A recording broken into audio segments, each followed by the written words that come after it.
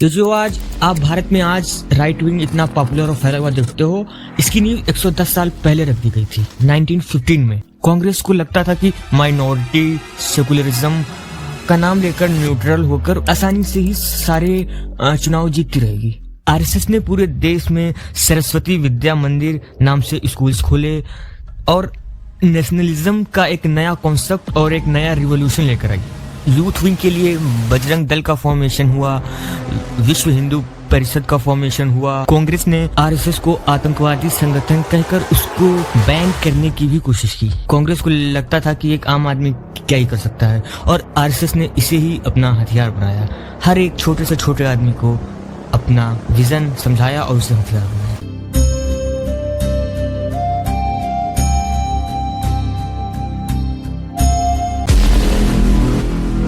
भारत की राजनीति बदल रही है और इस बदलाव की वजह सिर्फ चुनाव नहीं है, इसके पीछे इतिहास है, सभ्यता है, पहचान है, लंबा संघर्ष है। आज इस डॉक्यूमेंट्री में हम समझेंगे कि भारत में राइट विंग कैसे उभरा, आरएसएस, वीएचपी, जनसंघ की क्या भूमिका रही, सावरकर, हेडगेवार, गोलवालकर जैसे विचारकों ने क्या योगदान दिया और उनकी क्या भूमिका रही, कांग्रेस की नीतियों ने धार्मिक असंतोष पैदा किया और आखिर देश की जनता कब और कैसे बदली। यह सिर्फ राजनीति की नहीं, भारत की चेतना जागरण की कहानी है।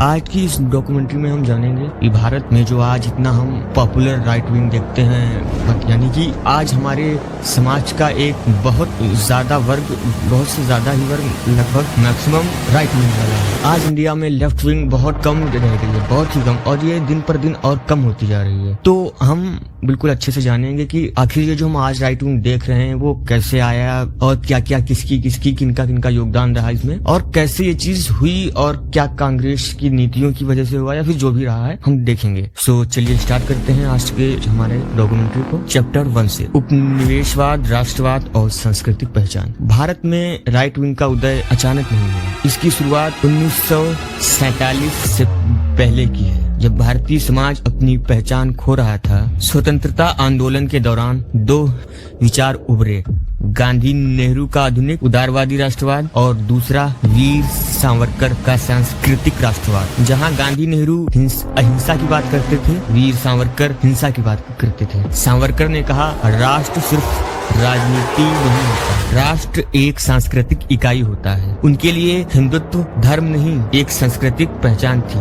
भाषा, परंपरा, स्मृतियां और भूमि से जन्मी पहचान। वहीं एक और कांग्रेस आधुनिक सेकुलर लोकतंत्र बना रही थी। दो विचार, दो दिशाएं और भारत का भविष्य इनके बीच से निकलने वाला था। चैप्टर 2, हेडगेवार और आरएसएस की स्थापना। 1925 भारत के महाराष्ट्र राज्य के नागपुर में डॉक्टर केशव बलिराम हेडगेवार ने आरएसएस की स्थापना की। डॉक्टर केशव बलिराम हेडगेवार आरएसएस की स्थापना करने से पहले कांग्रेस के नेता थे। उन्होंने कांग्रेस से रिजाइन देकर अपने राष्ट्रीय स्वयंसेवक संघ की स्थापना की थी। कांग्रेस से इसलिए आए थे, कांग्रेस का एक हद से अधिक उदारवाद, धर्म निरपेक्षता, ये चीजें भारत जो पहचान है, जो सांस्कृतिक विरासत है और उसकी नीतियों खिलाफ जा रहा था। जो कि उनका कहना था कि यदि हम इस रास्ते पर गए तो जिसके लिए आज हम भारतीय आंदोलन कर रहे हैं वो भारत रह ही नहीं जाएगा, वो केवल नाम का रह जाएगा। भारत हमें और जो आज विदेशी हैं उनमें कोई अंतर नहीं रह जाएगा। भारत की खुद की कोई आइडेंटिटी नहीं रह जाएगी,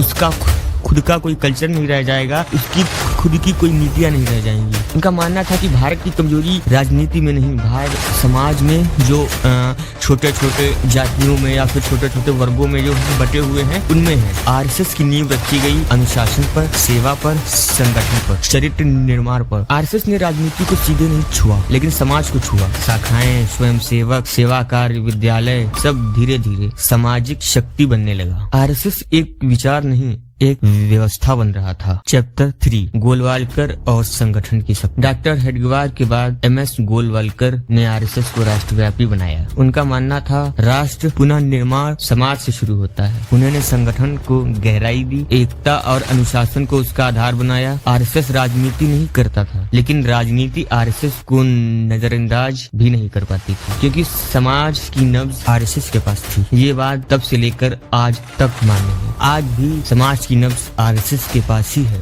गोलवालकर एरा में ही जनसंघ की स्थापना हुई। भारत में एक राइट विंग की आप बोल सकते हो कि शुरुआत हुई। चैप्टर 4 वीएचपी का उदय, विश्व हिंदू परिषद। 1964 में विश्व हिंदू परिषद की स्थापना हुई। इसका उद्देश्य था विश्व भर के हिंदुओं को सांस्कृतिक रूप से जोड़ना। वीएचपी ने धार्मिक सांस्कृतिक भावनाओं को सामाजिक शक्ति में बदलने का काम किया। 70 और 80 के दशक आते आते वीएचपी एक बड़े सांस्कृतिक मंच के रूप में उभर चुका था। मंदिर, परंपरा, ये बातें पहली बार राजनीतिक विमर्श को प्रभावित करने लगी। चैप्टर 5 1947 से 1980 तक कांग्रेस की नीति। स्वतंत्रता के बाद कांग्रेस एक बहुत बड़ा राजनीतिक चेहरा बनी। नेहरू का आधुनिक राष्ट्रवाद भारत को विज्ञान, उद्योग और लोकतंत्र की ओर ले गया। लेकिन समय बीतने के साथ कांग्रेस पर धार्मिक स्थिरता को लेकर सवाल उठने लगे। कुछ फैसले जैसे शाहबानो केस, राम मंदिर पर अनिश्चितता और सांस्कृतिक मुद्दों पर हेजिटेशन समाज में असंतोष पैदा करने लगे। बहुत से लोगों को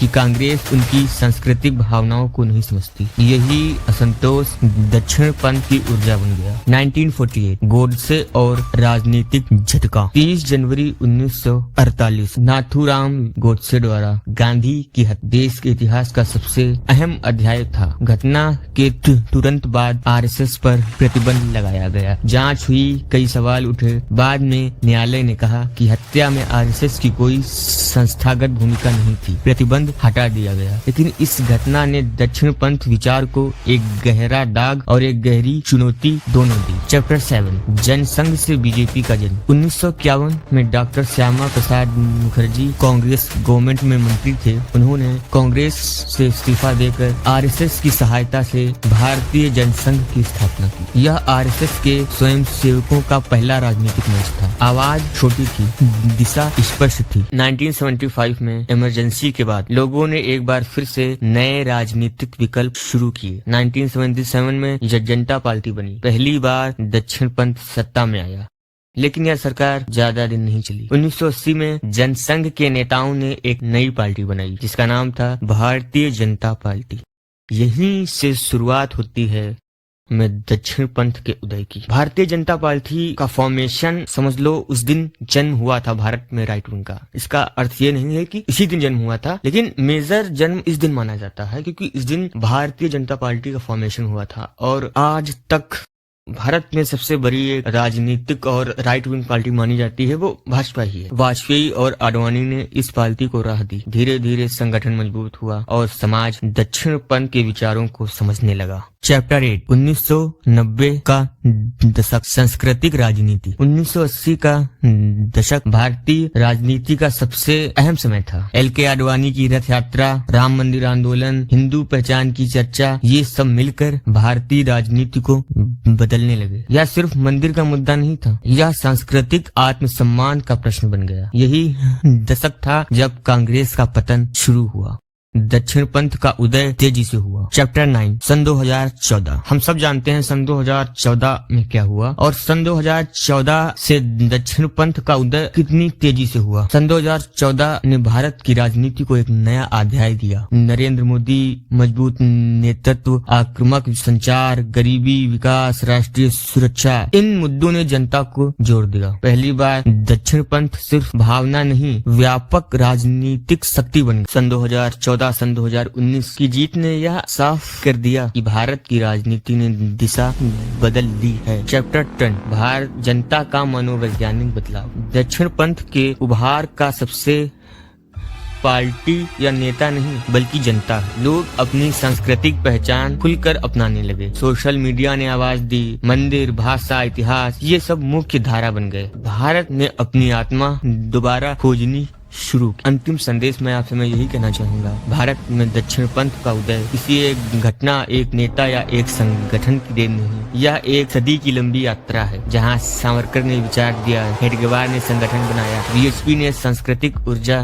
जगाई, जनसंघ ने राजनीति में लाया, बीजेपी ने विकल्प दिया और जनता ने फैसला लिया। भारत की राजनीति बदली। यह बदलाव लंबा चलने वाला है या नहीं, यह भविष्य बताएगा, लेकिन आज के लिए भारत की नई राजनीतिक पहचान है।